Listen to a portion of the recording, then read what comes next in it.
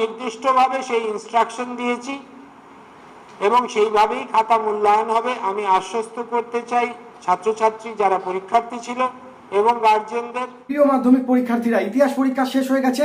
ইতিহাস পরীক্ষার প্রশ্ন কিন্তু খুবই সুন্দর এসছে, খুবই সোজা এসছে। তোমরা কিন্তু প্রত্যেকে 80-90 নাম্বার পেতে পারো এই ইতিহাস পরীক্ষায়। হ্যাঁ বন্ধুরা, প্রশ্নে কিন্তু প্রচুর পরিমাণে এমসিকিউ ছিল।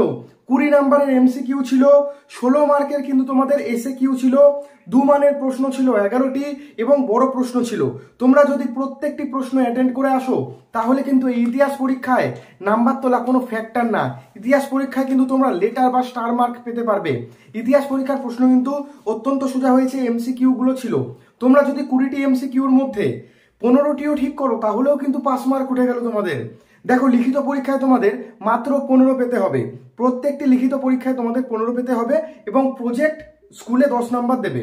ইতিহাস পরীক্ষায় কিন্তু এমসিকিউ ছিলই 20টা, তার মধ্যে যদি তোমাদের 15টাও ঠিক হয়, আমি ধরে নিলাম 15টা ঠিক, তাও কিন্তু তোমাদের 5 মার্ক উঠে গেল। তারপর 1 মানের প্রশ্ন ছিল 16টা, তার মধ্যে যদি তোমরা 10টাও ঠিক করো, মানে 15 আর 10 25 কিন্তু তোমাদের এখানেই হয়ে গেল। এবং প্রজেক্টের 8 বা 9 মিলে কিন্তু তোমরা ভালো নাম্বার পাবে। তারপর তো আরো 2 নম্বরের প্রশ্ন ছিল, বড় প্রশ্ন ছিল। দেখো, যারা ছেড়ে এসছো, যারা খাতা হিজিবিজি করে কেটেছো, যারা ফাঁকা খাতা জমা দিয়ে এসছো, যারা করোনি, প্রশ্ন ছেড়ে এসছো, তাদের গ্যারান্টি আমি নিচ্ছি না। কিন্তু তোমরা যারা লিখে এসছো, তোমরা যারা প্রত্যেকটি প্রশ্ন অ্যাটেন্ড করে এসছো ইতিহাসে, তোমরা কিন্তু স্টার মার্কস লেটার পাবেই। তার কারণ ইতিহাসে খুব দারুণ নাম্বার উঠবে। আর আগের পরীক্ষায় মানে অঙ্ক পরীক্ষা নিয়ে এবার আমি তোমাদের কথা বলি। অঙ্কে কিন্তু তোমাদের প্রত্যেককে 5 মান এক্সট্রা দেওয়া হবে, এমনটাই কিন্তু বলা হচ্ছে, এমনটাই কিন্তু শিক্ষকরাও বলছে। এর মধ্যে সংখ্যাগুরুর মান 2, এই সংখ্যাগুরুর মান 2, এটা কিন্তু ভুল অ্যান্সার। এখানে তোমাদের 1 পাওয়া দরকার, এখানে তোমাদের কিন্তু 1 দেবে। এবং সিলেবাস বহির্ভূত যেটা প্রশ্ন মূল্যায়নের অন্তর্ভুক্ত নয়, সেটা হচ্ছে 5-এর 1-একটা যেটা ছিল 5 বছরের সমূল চক্রবৃদ্ধির সমান হয়, যেটা 5%, এই 5% এটা কিন্তু মূল্যায়নের বাইরে ছিল। এখানেও কিন্তু তোমরা 5 নাম্বার পাবে এবং তাহলেও কিন্তু কিছু নাম্বার তোমরা অঙ্কে পাবে। তো বন্ধুরা, অঙ্কে চিন্তা করো না, অঙ্কে পাস করে যাবে। বাংলা ইংরেজি হয়ে গেছে, আজকে ইতিহাস হয়ে গেল। তোমরা নিশ্চিন্তে থাকো, আগামীকাল তোমাদের ভূগোল পরীক্ষা। ভূগোলে কিন্তু শর্ট কোশ্চেন আছে এবং বড় প্রশ্নও আছে। ভূগোলের সম্পূর্ণ সাজেশন তাড়াতাড়ি দেখে নাও, আমি আমার চ্যানেলে আপলোড করছি কিছুক্ষণের মধ্যেই।